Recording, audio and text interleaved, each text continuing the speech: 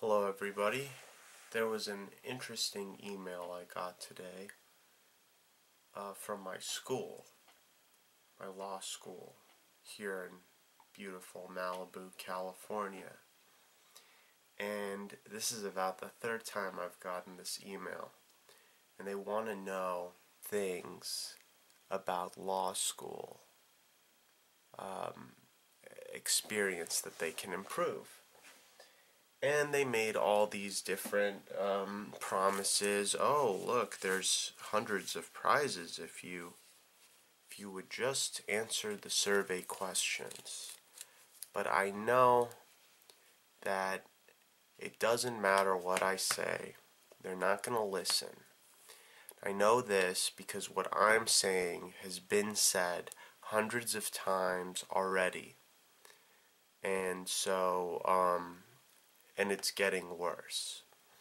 So I'll just make a video about it, and if they want to know really, and they want to they care about the students and whatnot, they can go and find the video and then figure out what they want to do. So without any further ado, the top 5 most annoying things about law school. Number 5.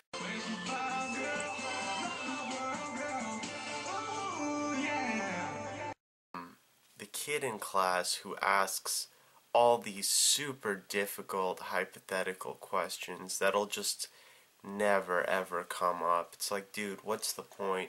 The professor doesn't know half the time, and it's not because the professor's dumb, it just never ever happens. And you know, if you got a guy that's been practicing law for decades and they haven't seen it, well, you know, and you're asking a question about it, it's like, come on, man, let's be real here. So just, if you have a question to ask and it's relevant and you need it to understand the information, fine, ask the question. But if it's like every day, several times a day, you have to go into the most nuanced legal theories to kind of push everything to its logical limits, and just doing it for the sake of doing it and not for the sake of learning or getting anything out of it, then just, it's annoying, dude. Just stop. Alright, number 4. The person in the library who types very loudly. So here's an example. Sitting in the library, people are all around. What about the guy who does this?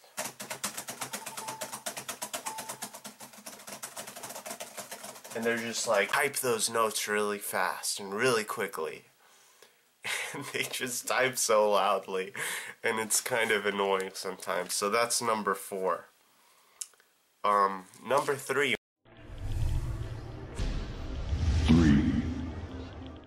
Most annoying thing, and this is geared towards the new people thinking about going into law school. Maybe you've been accepted already. You're not special anymore. You were smart in high school, you did well. You were smart in your undergrad, you did well. But, you know, even when I was in undergrad, I went to Carnegie Mellon in Pittsburgh, Pennsylvania, which is supposedly a higher end school, according to the rankings and whatnot. There's a lot of intelligent people there. So, even at my school, I would estimate half of the people who were there should not have been there. So it wasn't that hard to be in the top half. It wasn't a big deal. Because half of the people didn't take it seriously.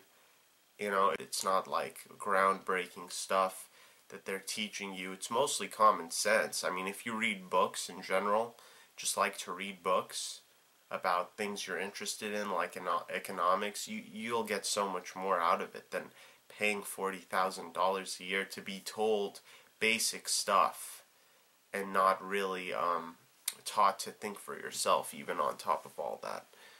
And that's nothing against my undergraduate school. It's just if you're thinking about even going to college, really think about it, because it's not worth it nowadays. If I could go back in time, I would not do that. I would do something else. Any skills I have, I taught myself. Any money I make did not require a college education. I'll tell you that much. Okay, so now number 2.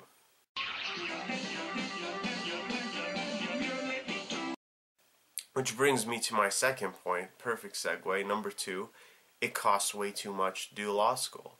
There's people saying, you should be able to do the curriculum, you should be able to get a degree after 2 years, because 3 years is too much. It's too expensive, okay? Now, this is geared towards my school specifically. If you want to influence foreign policy, judicial policy in other countries, people at Pepperdine, they know what I'm talking about. You do that on your own dollar. Why should I pay for it? I just want to get the skills, get the degree, be prepared for the bar, and get out of there as quickly as possible. It's not a picnic going to law school. It's not like undergrad. You're in the big leagues now. So, it's tough, it's difficult, it's expensive. And you know what? I can't complain. I'm going to a beautiful place. I have a lot of great people around me. The professors at my school are amazing. And I know this is a criticism video, but I have to say, my professors at the school, and all of them in general, are very open. They're very kind.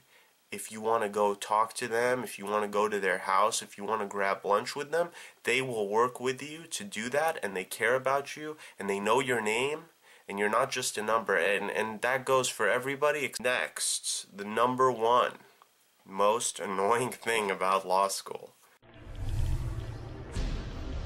1. I hate hearing about how great these federal judges are. Okay, you're going to hear over and over and over and over about how awesome this judge or that judge is. Oh, Easterbrook. Oh, Kaczynski. Oh, a learned hand. Whose brother Augustus was in the same courtroom, served on the same courtroom as him, and was his older I think cousin or something. And they're gonna just tell you how great all these Supreme Court justices are when they write some opinion that seems on its surface humanitarian or whatnot. So, but I will pose to you this, because this is also BS in a way. They tell you the good cases that they write. They don't tell you the bad cases. They don't teach you the bad cases. You might think that they teach you bad cases, but they don't teach you the real bad cases. And if you want an example of what I mean, look at Judge Oliver Wendell Holmes. Okay, you're gonna hear all about how great Oliver Wendell Holmes is, who was appointed by Theodore Roosevelt. Okay, he wrote a case, and go look it up. He wrote a case in 1929.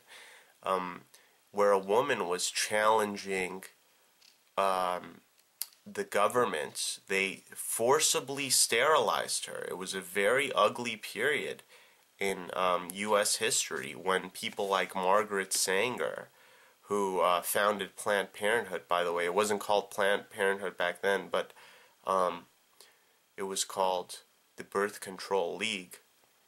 And, look this up. Don't take my word for it. Just look it up. She would, in her writings, her goal with the whole Birth Control League was to rid the world of what she called the black weeds, referring to, black people. And, that was the plan. And they put the clinics in the minority neighborhoods, and they continue to do that to this day. Nothing really different. 52% of blacks are killed before they're even come out of the womb. So, this is just the historical truth behind Planned Parenthood. Not talking about abortion or whatever. I'm just talking about the history of Planned Parenthood facts, okay? So don't get mad at me or whatever. So he wrote, Oliver Wendell Holmes wrote in this opinion, he wrote that it was okay for the government to sterilize this woman because she had a family history that was not good enough to give her a right to reproduce. And he said in the opinion that he authored, the majority opinion, 8-1, by the way, he said 3 generations of imbeciles is enough. We don't need to burden the state by allowing this woman to have more children.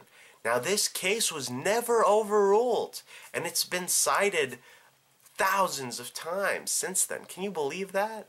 To this day, this Supreme Court case in the 20s, late 20s or early 30s has not been overruled. I found it hard to believe, but hey, guess what? They didn't teach me that in law school. They don't give you the real story. They don't tell you both sides of everything. They just say, oh, look, this is considered a great American jurist, but he's authored some of the most un-American, anti-freedom opinions that you'll ever read, but they're put before you like they're these great people, okay?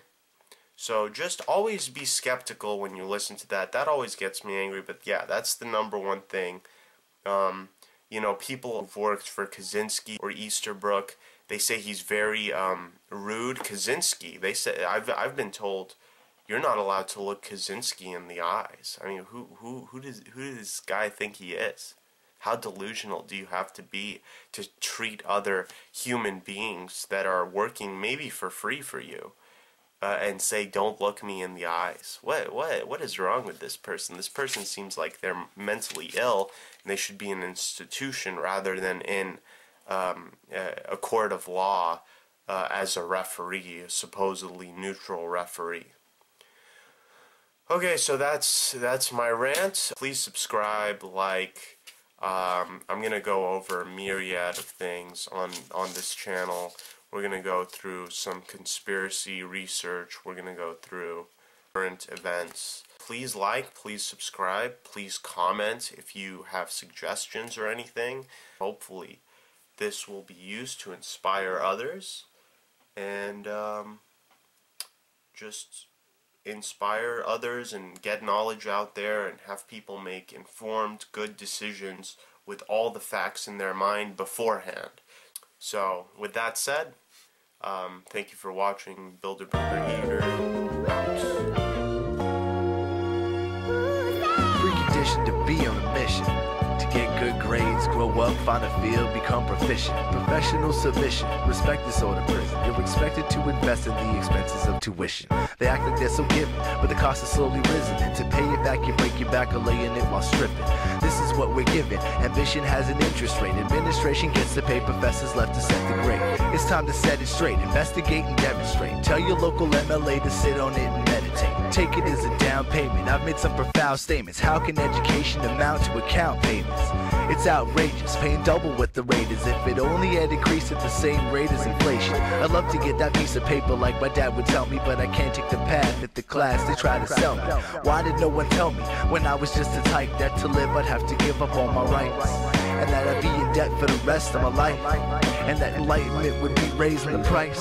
It's like life is a death sentence, my mind's a death sentence. Life is a death sentence, my mind's a death sentence. 50 laws they take you, now you got your major. Don't rest now, they want the paper 6 months later. Can't stop the meter. Fluctuating interest rates never seem to fluctuate in ways to help the poor to break. It's true they say, investing in yourself's a good decision. Then they grind you to financial submission. Imagine, just for a second, make believe that you were free to pursue your dreams, natural relief. Free from the heaviness and stress that leaves.